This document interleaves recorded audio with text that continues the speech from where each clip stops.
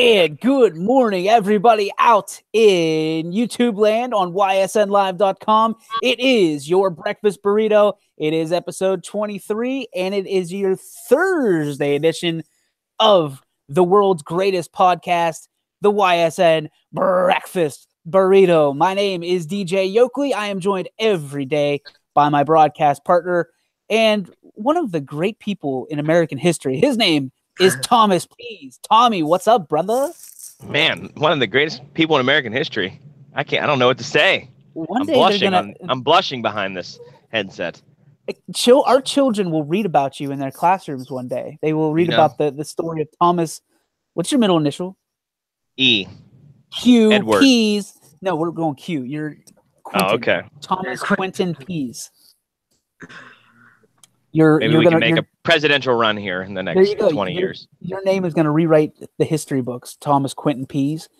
And our special guest today, fresh off some duties for your sports network, South Range, and doubling those duties for YSN Columbiana, is Mr. Anthony J. Hartwig. What's up, Ant? Hey, I like, J. I'll take it. What's the actual initial? It's R. Okay, I was close. I was only a couple letters off. Yeah. J as in Jammin. Anthony Jammin Hartwig. I'll tell you what, man.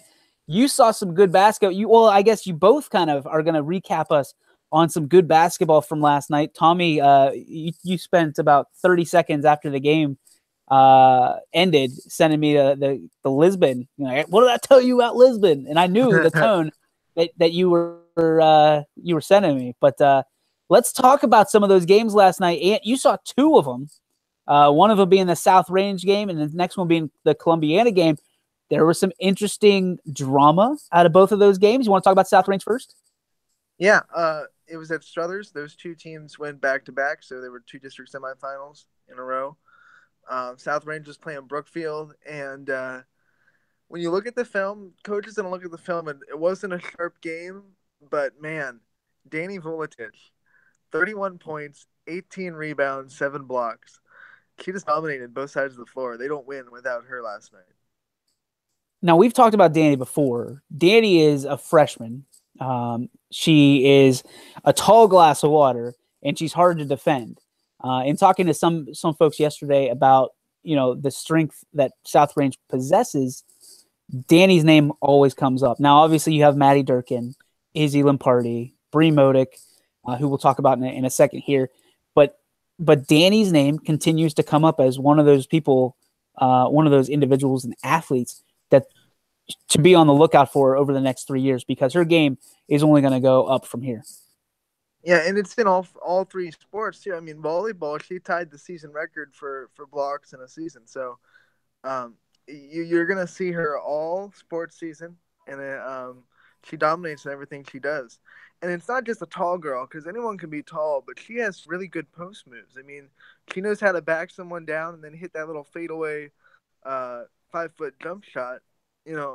She's got really good moves. I'm only going to disagree with you on one thing.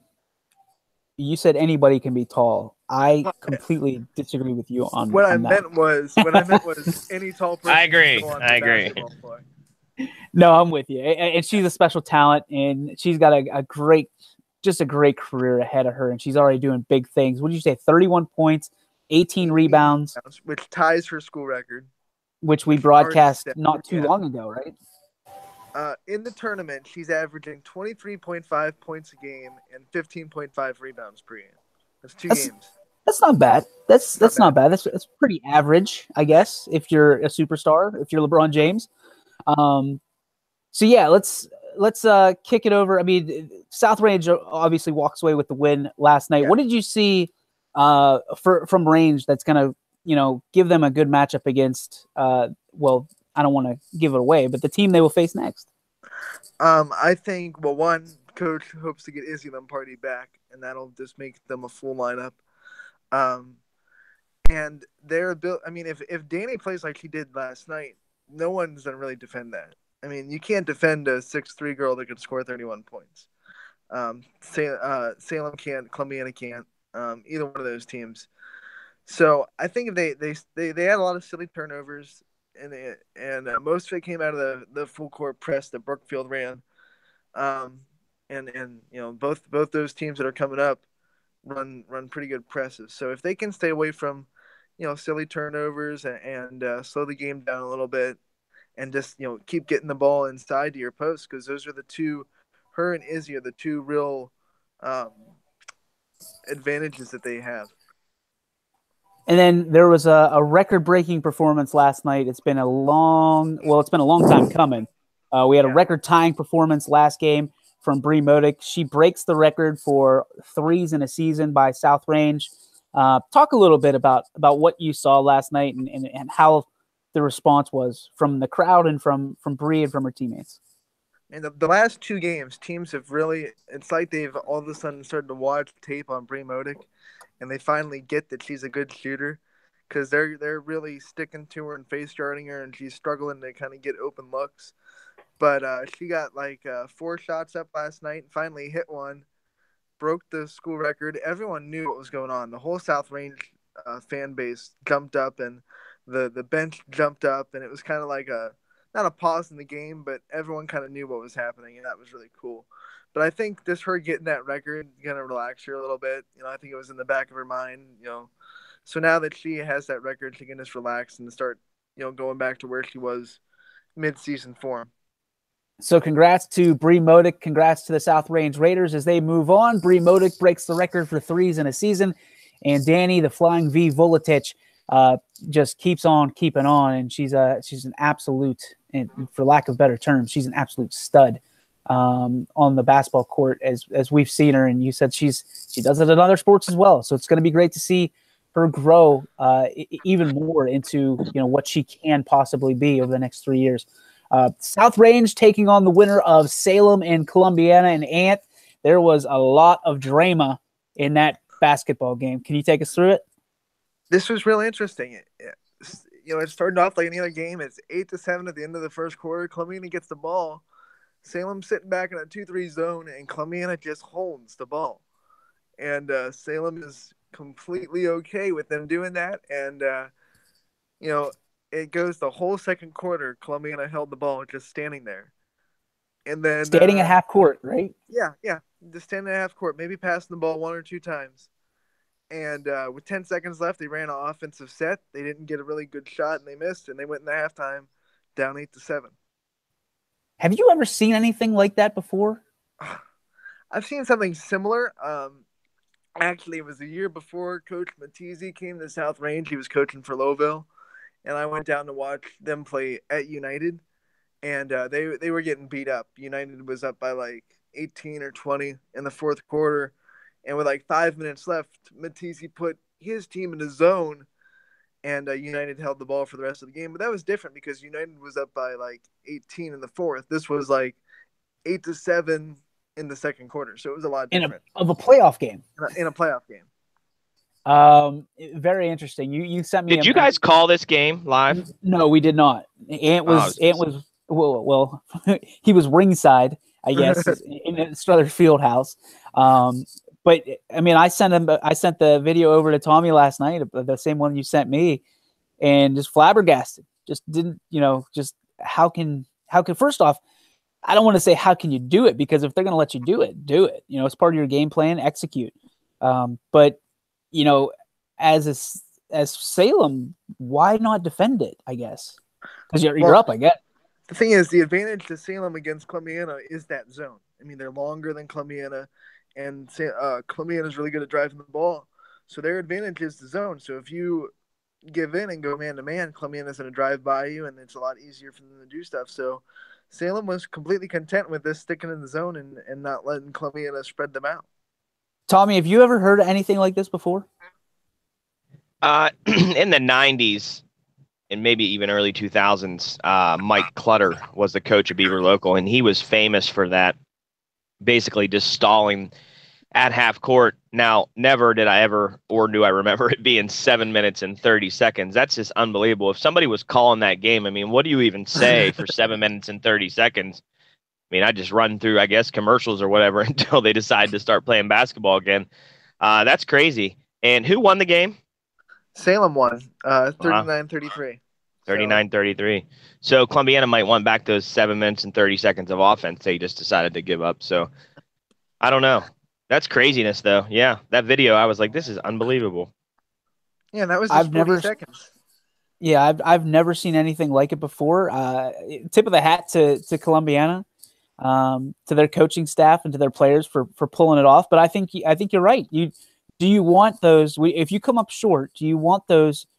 Do you want that quarterback? I guess like that. It's an entire quarter of a game. I've could have been their hot. That could have been their hot quarter. That could have been, where Columbiana wins the game. I mean, I don't know.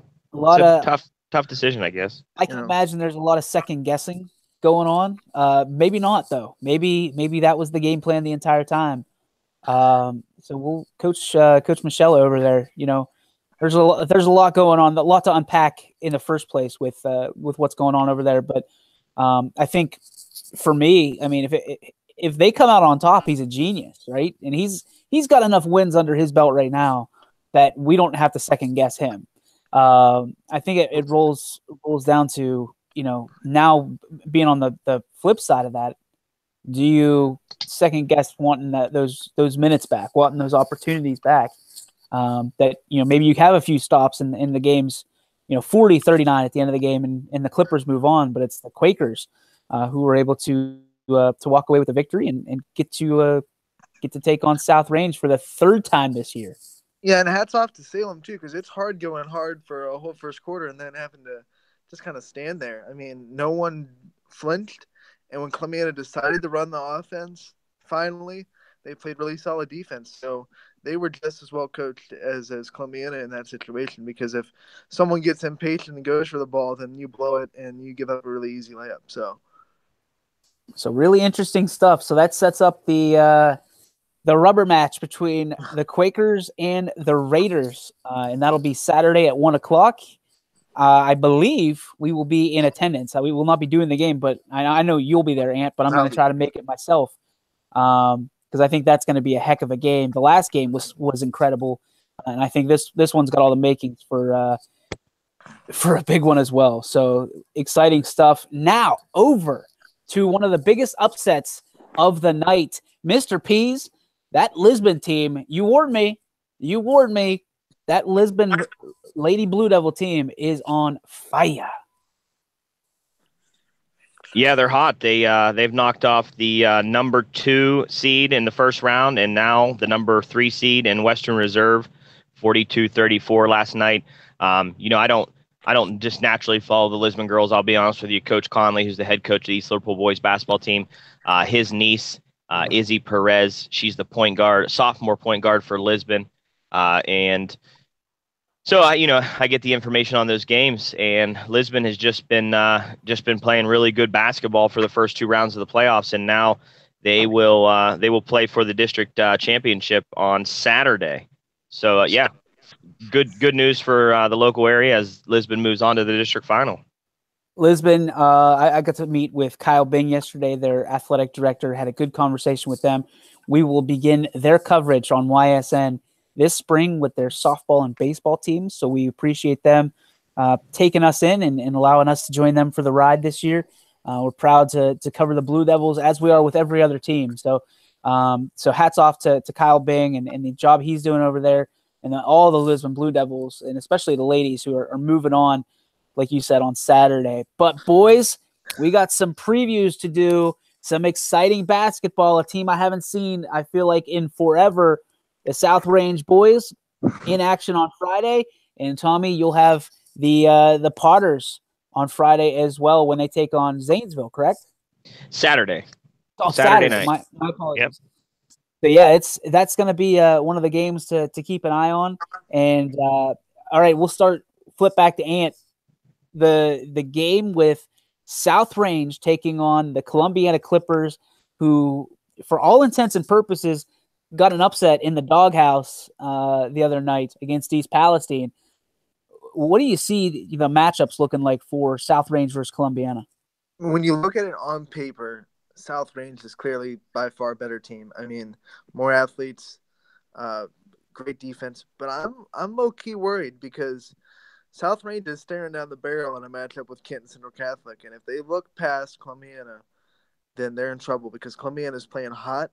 Their schedule is back heavy, so they played a lot of really good teams the last couple weeks of the season. That makes you a lot more competitive, and they're coming off a big, emotional win over East Palestine. So they just have to focus, and they can't look past Columbiana looking at that Canton Central Catholic matchup that's probably going to happen in the next round.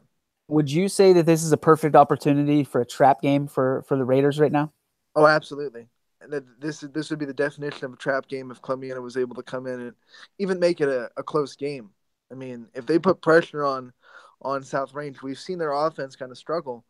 And in the Ursling game and in the Mooney game, their offense tends to hit dull spots. So, it can get kind of crazy. The craziness that I say, and this is what I tell everybody, the athleticism that South Range, it's like the kryptonite for the Raiders. Athleticism, if your team has athleticism, you're going to be in the game regardless.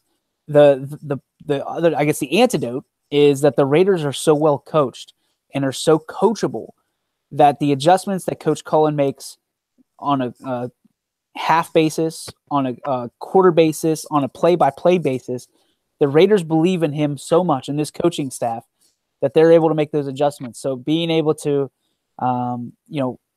if somebody, Coach Iron sees something or Coach Cullen sees something, they're able to flip at the drop of a hat and make those adjustments and hopefully, kind of counter the athleticism, because not that the Raiders don't have their own athleticism, but they're more of a systematic program, if you will. Now, you've seen Columbiana. Are they pretty athletic compared to the teams that have given the Raiders trouble? Yes, I would say. Well, I wouldn't say that I would put them in the athleticism of an Ursuline or a Liberty or a LeBray, but here's what Columbiana has that any other team, I haven't seen this. And Coach Johnson has them coached up very, very well in the realm of being scrappy. They are so scrappy, and they are so, I don't want to say conservative, but they're so just, they know who they are, and they'll come at you with what they have. And, you have Eric Hopfinsies, who not only is a force to be reckoned with down low, but he can step out and shoot a three. And that's something that's not every team has. I've only seen that from West Branch, where they've got tall guys that are shooting threes. We have, I say we, but Mike Cunningham is a tall guy, and he's shooting the long ball. But sometimes the Raiders, look to Cunningham maybe a little too much to carry them early on in the game. And if they don't, then they got to make those adjustments quickly and on the fly, and then somebody else has to step up, which they usually do. Obviously, the Raiders have only lost one game. But if the Clippers can beat you in so many different ways, and they can compete with you in so many different ways, they are scrappy is the word that I would use for Columbiana. They are absolutely one of the scrappiest teams I've seen all year, and we've seen a lot of teams. So then when we look at this matchup, I see it being a game either way. And for the Potters matchup against Zanesville on Saturday, Tommy, what are you seeing? What are you hearing? And obviously they've got a big standout stud guard, you said, to keep your eyes on. Yeah, it's going to be, it's an uphill battle for the Potters on Saturday. Zanesville, 21-3 maybe on the year, I think. Just a higher class basketball team than what East Liverpool is right now. East Liverpool's very young, but they're up to the challenge, and they'll go down there and give it everything they got. I know Coach Conley and Coach Miller got a good game plan to try to slow down maybe the pace and slow down, Cameron Brooks Harris from doing his thing. So I'll have more for you probably tomorrow on that. But, we're not going to go down there and lay down. They're going to go down there and fight. So hopefully we can, if not pull out the W, we can keep it respectable and head into the summer with a young team that can grow even more.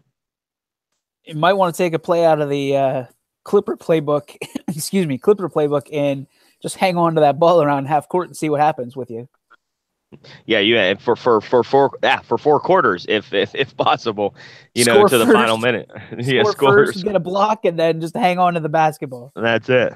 That's it. All right, boys. We're moving on to regional. That's a wrap on the local ingredient here on the Breakfast Burrito.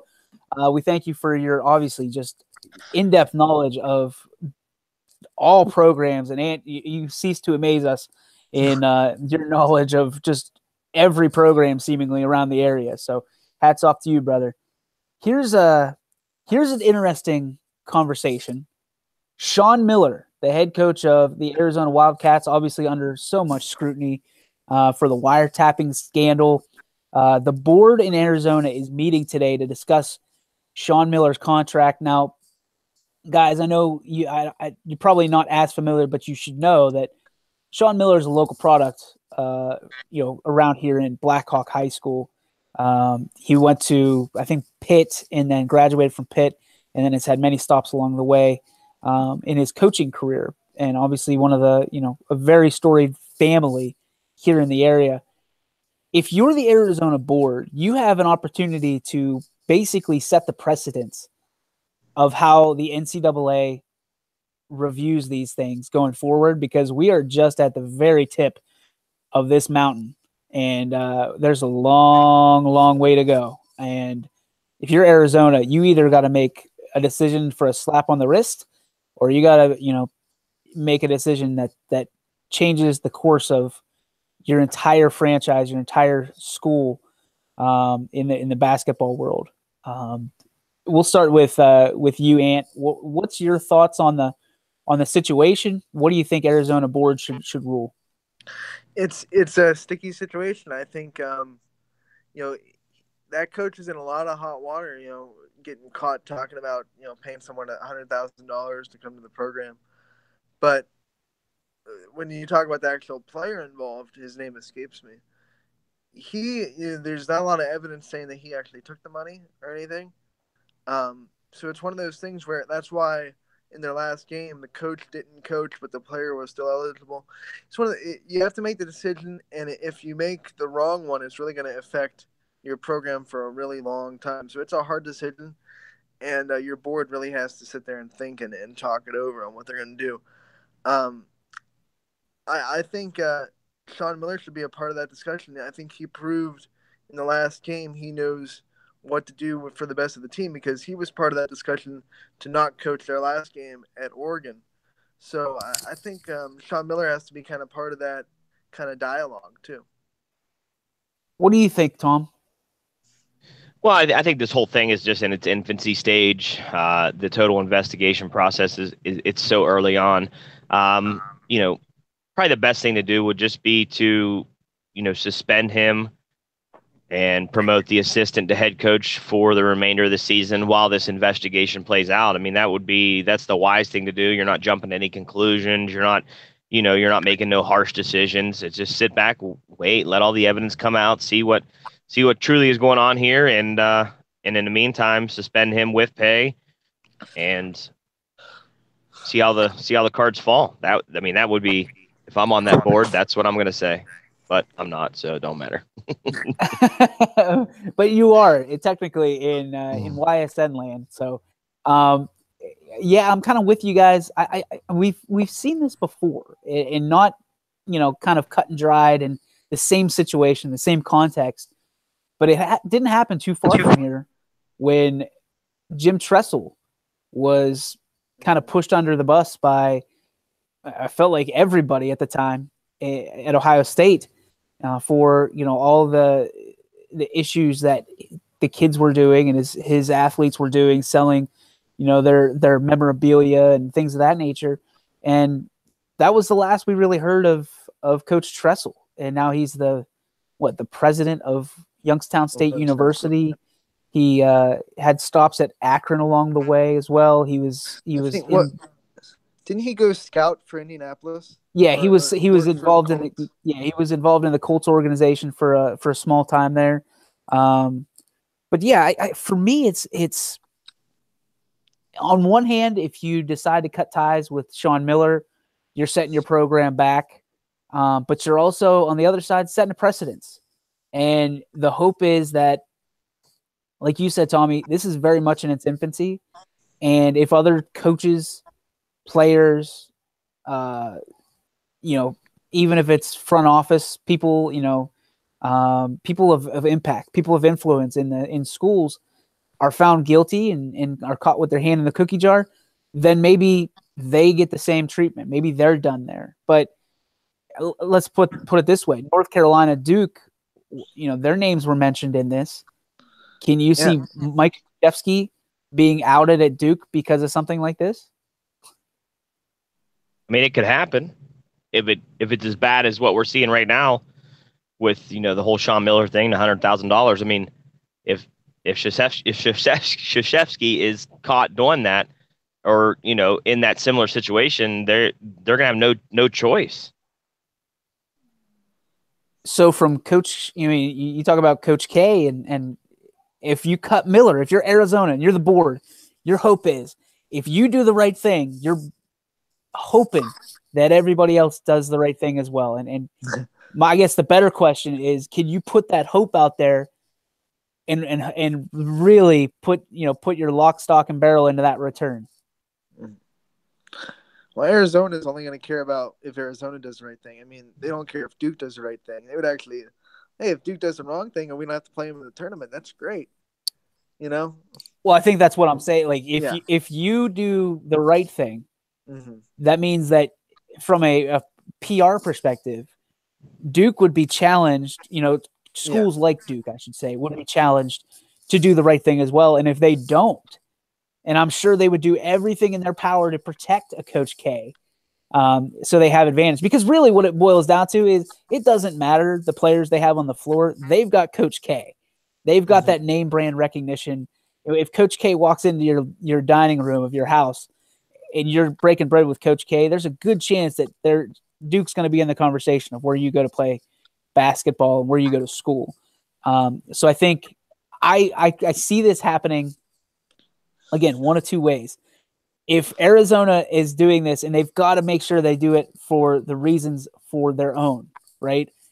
Don't do this. Don't cut ties with Coach Miller thinking that everybody else is going to do the exact same thing you're going to do, because they're not. They're going to protect their investment. Duke doesn't make their money in football. No. North Carolina doesn't make their money in football. They make their money in basketball, and they're going to do everything they can to protect that program. The same way that Ohio State did. And everyone needs to look at Louisville and how bad they handled their situation and what they're paying for it now. And Louisville. They say Louisville. I know it's weird. If you go to Kentucky, and you say Louisville, you'll get beat up. I've made the mistake. Guess what? It's Louisville. Pack your bags. Louisville. We're going to Louisville. I'm looking for a fight. It's Louisville. I don't know why. But anyway, yeah, they handled it so wrong, and now they're really paying for it. I think they have 2 years of this complete vacated wins, national championship taken away, and Patina's gone, completely gone. I mean, I don't think he has hopes of getting another big prime, Division I job. Well, he's past his prime anyway. Let's be honest. Like he's covered his tracks well enough along the way to where he's gotten to however old he is, and he's set for the rest of his life. Correct? Oh yeah, for sure. But Tommy, what do you? Oh, sorry. No, like I said, just look at Louisville and don't make the same mistakes they did. Do you think, Tommy? Do you think he's out? Do you think they're going to come to the decision and cut ties? Or do you think they'll just do a suspension like you said? I think they're just going to suspend him. But who knows? I mean, it could go either way. There's, he could be suspended. He could be let go. Just depends on what information the board has in front of them that maybe the public's maybe not even aware of. And they're going to do what's best for the university. It's going to be interesting. They're not going to take Sean Miller's feelings into account.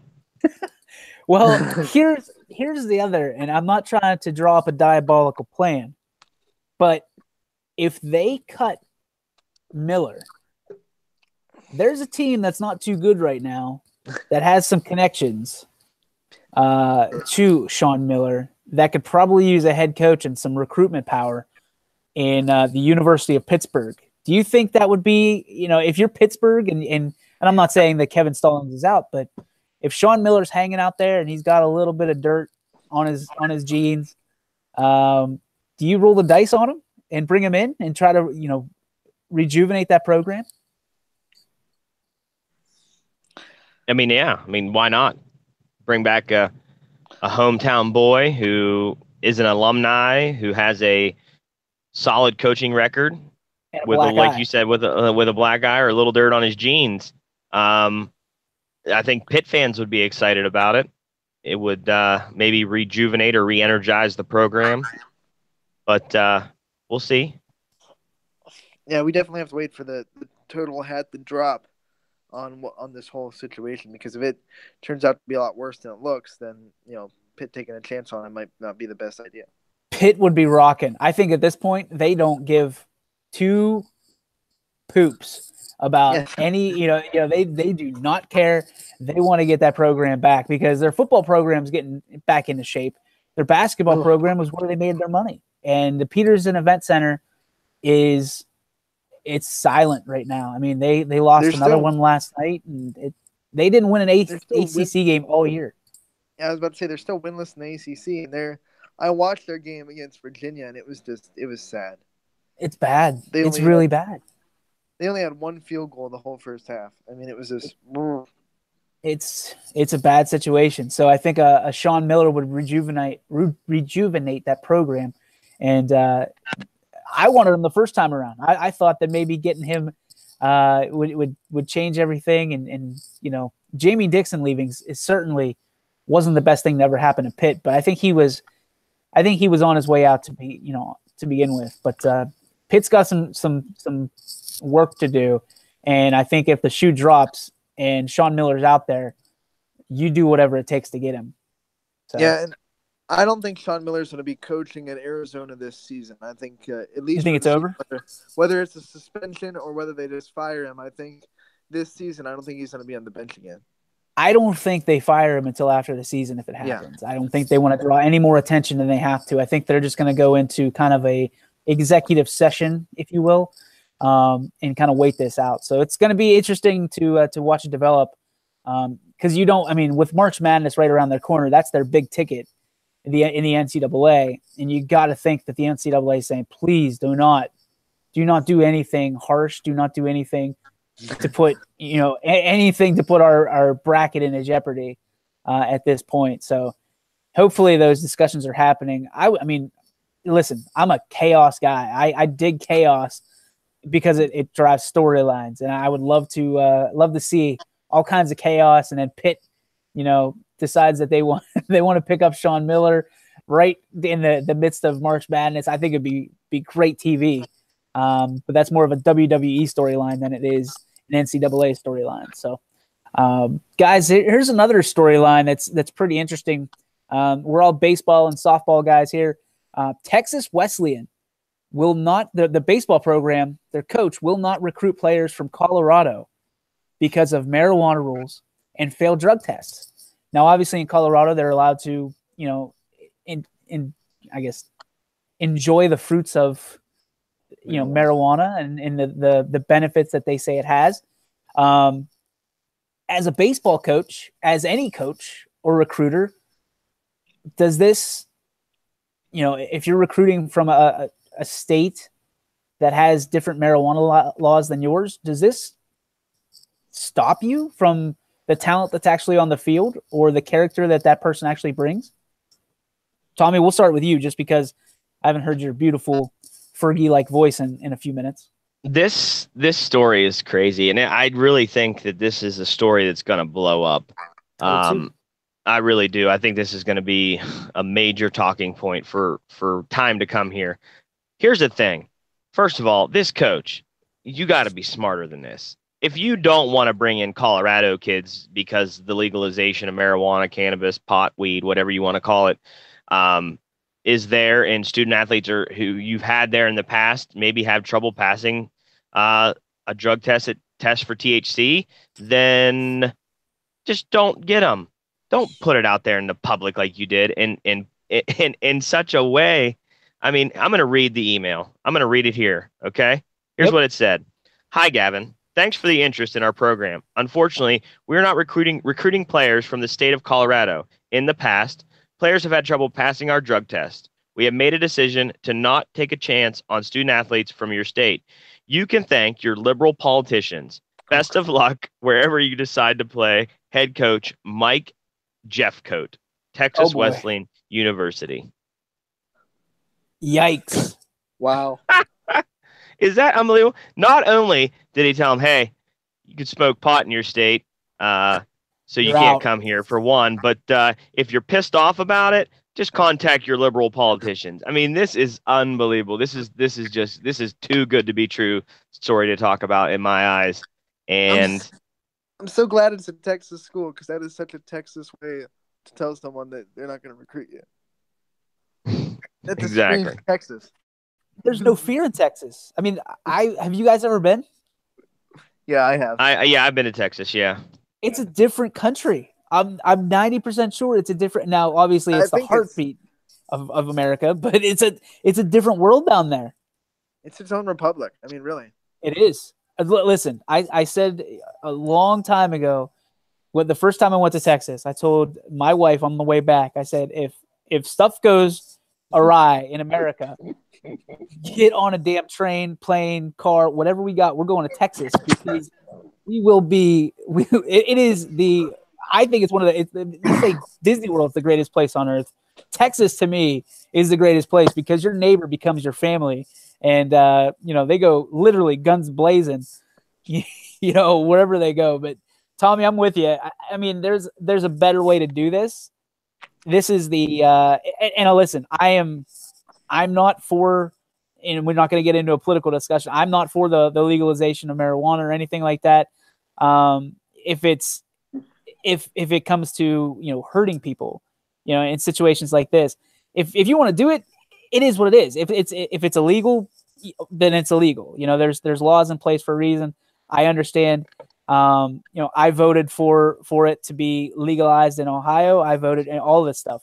But I'm not in it. I don't vote for it to hurt people. And this is a situation where our country is, and again, it sounds very political, but I guess I can say that because I'm a politician technically. Our country is very divided, and it seems like it's every issue, not just this, but it seems like every issue is divided. We could talk all day about the gun control and what happened at Dick's Corporate yesterday and things of that nature, but we choose not to do it because we choose to talk about sports. When the politics move into sports, that's where I draw the line. I say that's where the problem is. So this coach took his political beliefs into his job and into sports. That's where the problem is going to lie, because you're going to have everybody coming out of the woodworks now and saying, okay, where do we draw the line? Where do for stuff like this? Because there's no reason that young man should not be playing. If he's good enough to play on the baseball field, and just say, clean. Yeah, and he's clean. Just say he's, you don't want him. You don't have to say because you're liberal politicians, that's not his fault. His vote didn't sway that. That's just I'll tell you what, that's a caveman way to go about thinking. And that is an absolute out for this guy. And I hope, not that I wish anybody any ill will, but I hope there comes a time where you said Gavin is his name. I hope this Gavin goes on to play professionally, have so much success, and whatever school takes him, he gives back to that school, and the school, benefits from him in every possible way. And Texas Wesleyan just sits there, and Coach Jeffcoat can be the scapegoat. Oh. Wouldn't it be cool if he went to Texas Wesleyan's rival, whoever that is, and beat him like every year for 4 years? Yeah, it'd be great. That'd be awesome. That'd be a cool story. But I'd be willing to bet that. Mm-hmm. Here's the thing: I'd be willing to bet that most Texas schools probably stand in the same stance that Coach Jeffcoat does, and that's unfortunate. Yeah, I wouldn't like. Yeah, because nobody smokes marijuana in Texas. Nobody. Oh, nobody. Come on. This is stupid. It How really is. I mean, I do feel bad for the Gavin kid, but I really kind of feel bad for this coach who's really opened up a can of worms. If mainstream media really grabs onto this, it's gonna be a good story. Well, it's likely because it seems like every time we open up, because we do have a little bit more ability to be nimble and to talk about the matters at hand here on the Breakfast Burrito. But I've come to see, boys, that every week, about a week after we talk about it, it comes out a little more in mainstream. And not that we're trendsetters or anything, but we're willing to be the first person that casts the stone, and the ripple effect, goes from there. But yeah, I mean, I'd be interested to see what other schools recruited this kid, and really if that'll follow him, because I gotta imagine that it was the recruit that put this out there as a story. I don't think the coach would send an email and say, "Hey, look what I just did." But I could be wrong. I could be way off. He could see it as, I'm taking a stance against this and try to make some waves and try to do this as a PR stunt for Texas Wesleyan baseball. Because who knows who's on the other side of that fence that says, "Oh yeah, I really appreciate the stance that Texas Wesleyan baseball has. I want my son to go there." You just don't know in this world anymore. People are nuts.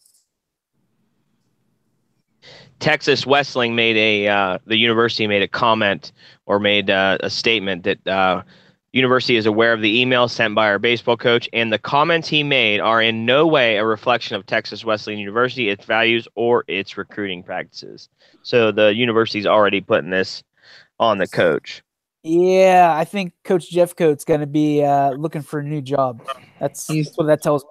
Definitely on the hot seat. I'll tell you that much.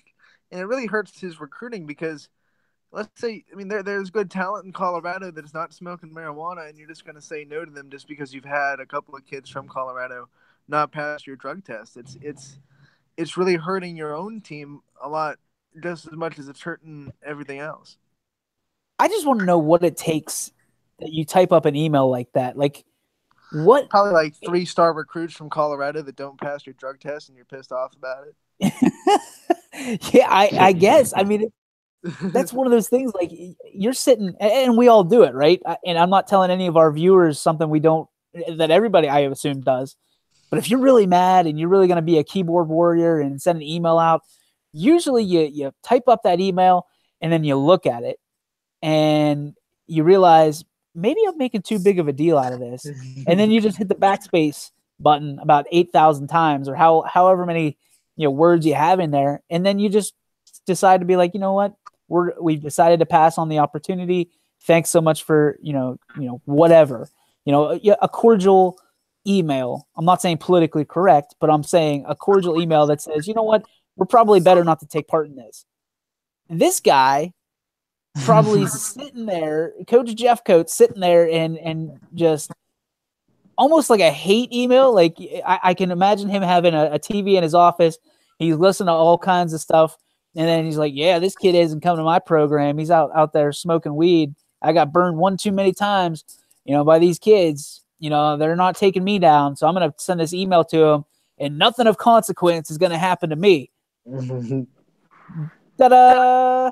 You know what I mean? Like, what did he think was going to happen? Like, every action has a consequence. Every action has a reaction.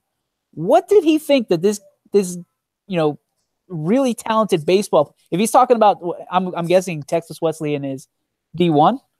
But I could be off. I did not do my research, but he's talented enough to play baseball at the next level regardless. What did he think was going to happen by sending this response to a student athlete? I mean, maybe he thought that he could get marijuana looked at in Colorado because maybe he thought maybe teams won't recruit this state and follow his lead. I don't know. I try not to think about other people's train of thought when it's that kind of skewed.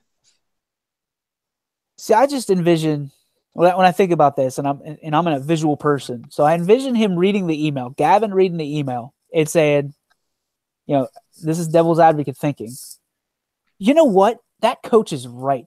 He shouldn't recruit anybody from Colorado because our laws are way different than Texas.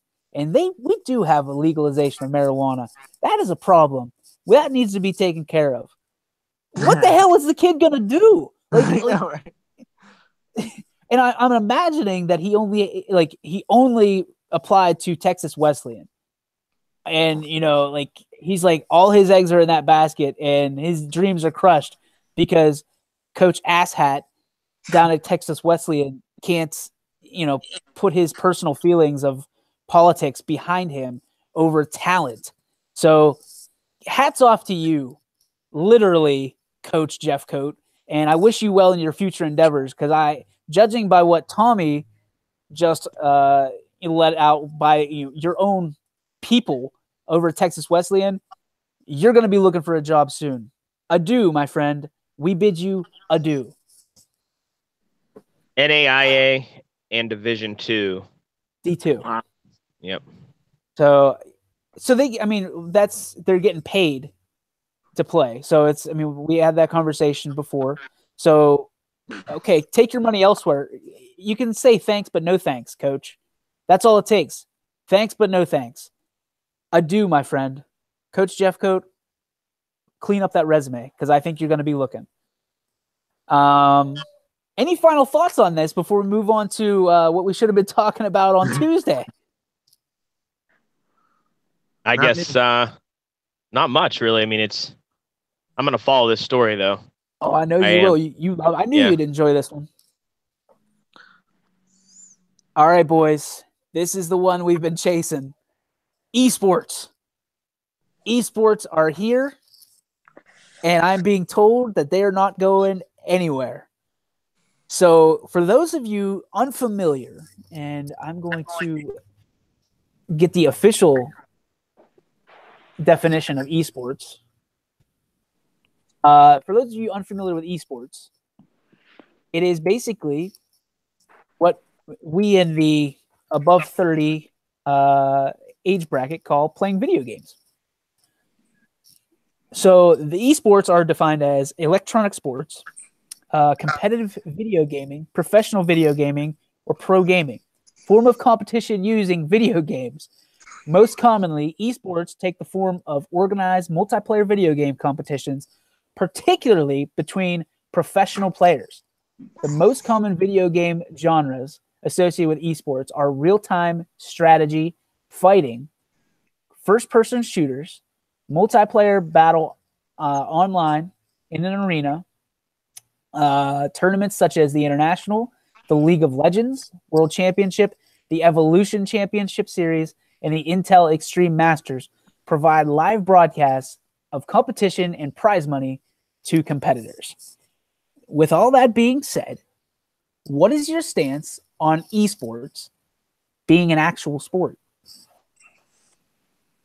Well, ESPN already covers esports as a sport. Yes, they do.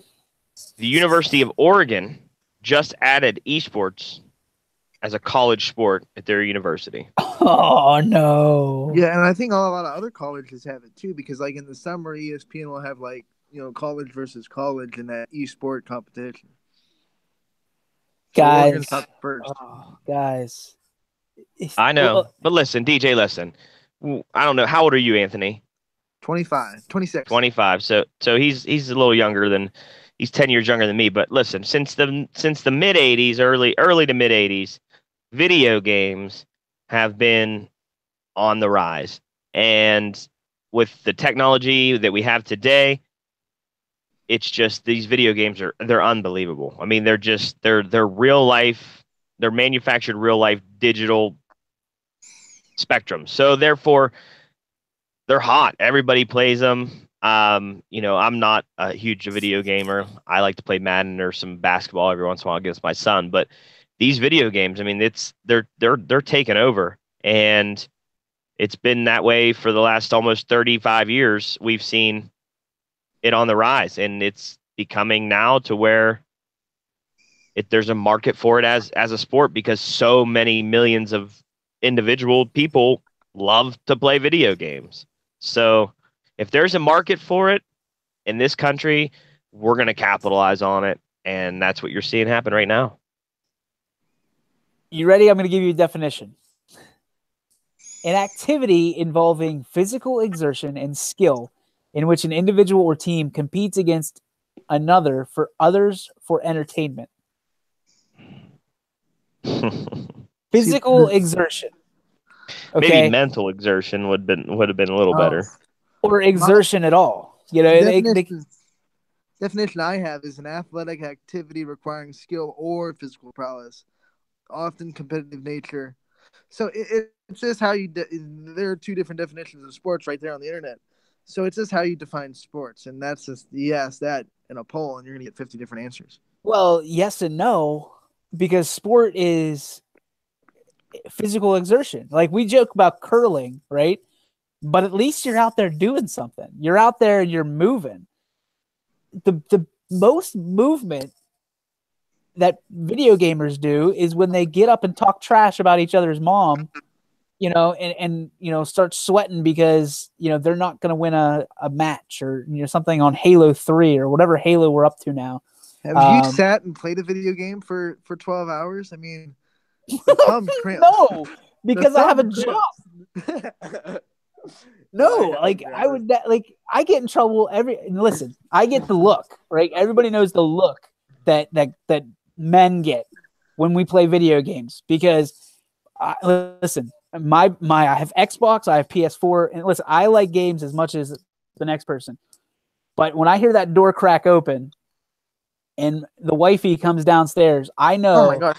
I'm like hiding. I'm like trying to find like, you know, something on TV, like HGTV to be like, oh yeah, we're going to do this.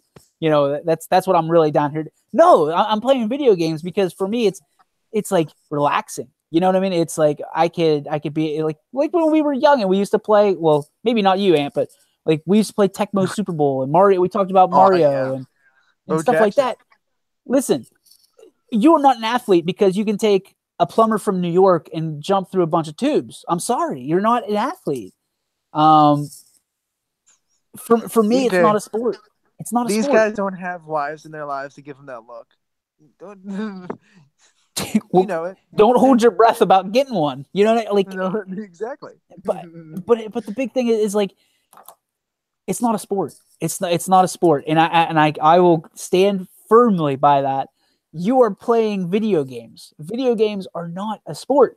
And yet, because of the society we live in, we're so just, okay, let's just push this into this category. And, you know, if this is a sport, then this is a sport. No, you're playing video games. It's a recreational activity. If somebody wants to make it a professional activity, they can. It's America. They can do with it as they will for their own business. Do not try to force playing video games as a sport to me. It's just not going to happen. And I don't care who else is on the other side of that fence. You're not going to convince me that these cats, because have you guys watched any of this esports stuff? It was on TBS, and that's the only reason I know about it. These cats are not like athletic. No, they're not. But then again, John Daly wasn't athletic either. No, but he still drives the hell out of a golf ball.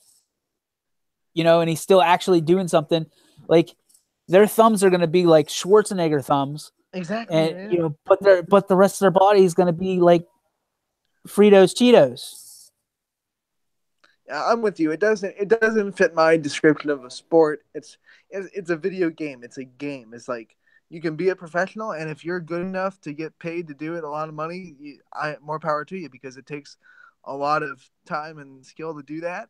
But I wouldn't put it as a sport. It's a video game. It's not a video sport. You know what I mean? But then it's like you can go and there's professional Scrabble, believe it or not, and I think ESPN has had it before.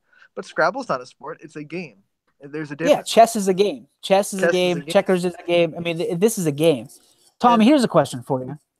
You have 2 kids, right? Do you guys have the store or the agreement that if you play, or will you have the agreement if you play sports in high school, you don't have to go get a job or whatever? You know, I hear that in a lot of houses. Yeah, I mean, I'm not going to be one to push my kids to go to work when they're 16 years old. I mean, they have enough responsibilities, I think, at that age, especially like you said, if they're playing some sort of high school sports. But, you know, I think that my daughter doesn't play video games, and she spends her time doing other things. But my son in his free time, he's all about video games. He loves Fortnite. We talked about that the other day. But as far as what you were talking about, getting a job when you're in high school, I'm not going to push for that. If they want to fit that into their schedule, I'd be I'm all for it. But at the same time, I want their schoolwork, their education, and giving everything they can to the athletic programs that they decide to take part in. So those are first priority for me. Here's why I asked that question, because in my house it was, if you played a sport, you didn't have to work. And naturally I was like, okay, to hell if I'm going to go flip burgers if I can go out and play baseball, which I love anyway. You know what I mean? Mm-hmm. So being where esports is, and colleges are recruiting now for esports, what if it's in the high schools and your son's you let's say you have that rule in your house that says you have to be playing a sport, otherwise you have to go work, and all your son has to do is play video games for his sport. Well, he has to play them well enough to get recruited by a college.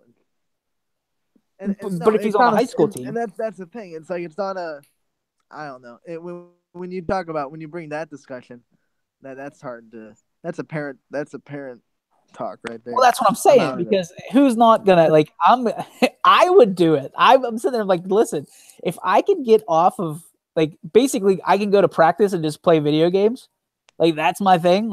Oh no, Mom, I'm training for Madden through Mario Kart right now because my thumbs they got to get warm. I'm having a bad day with my thumbs.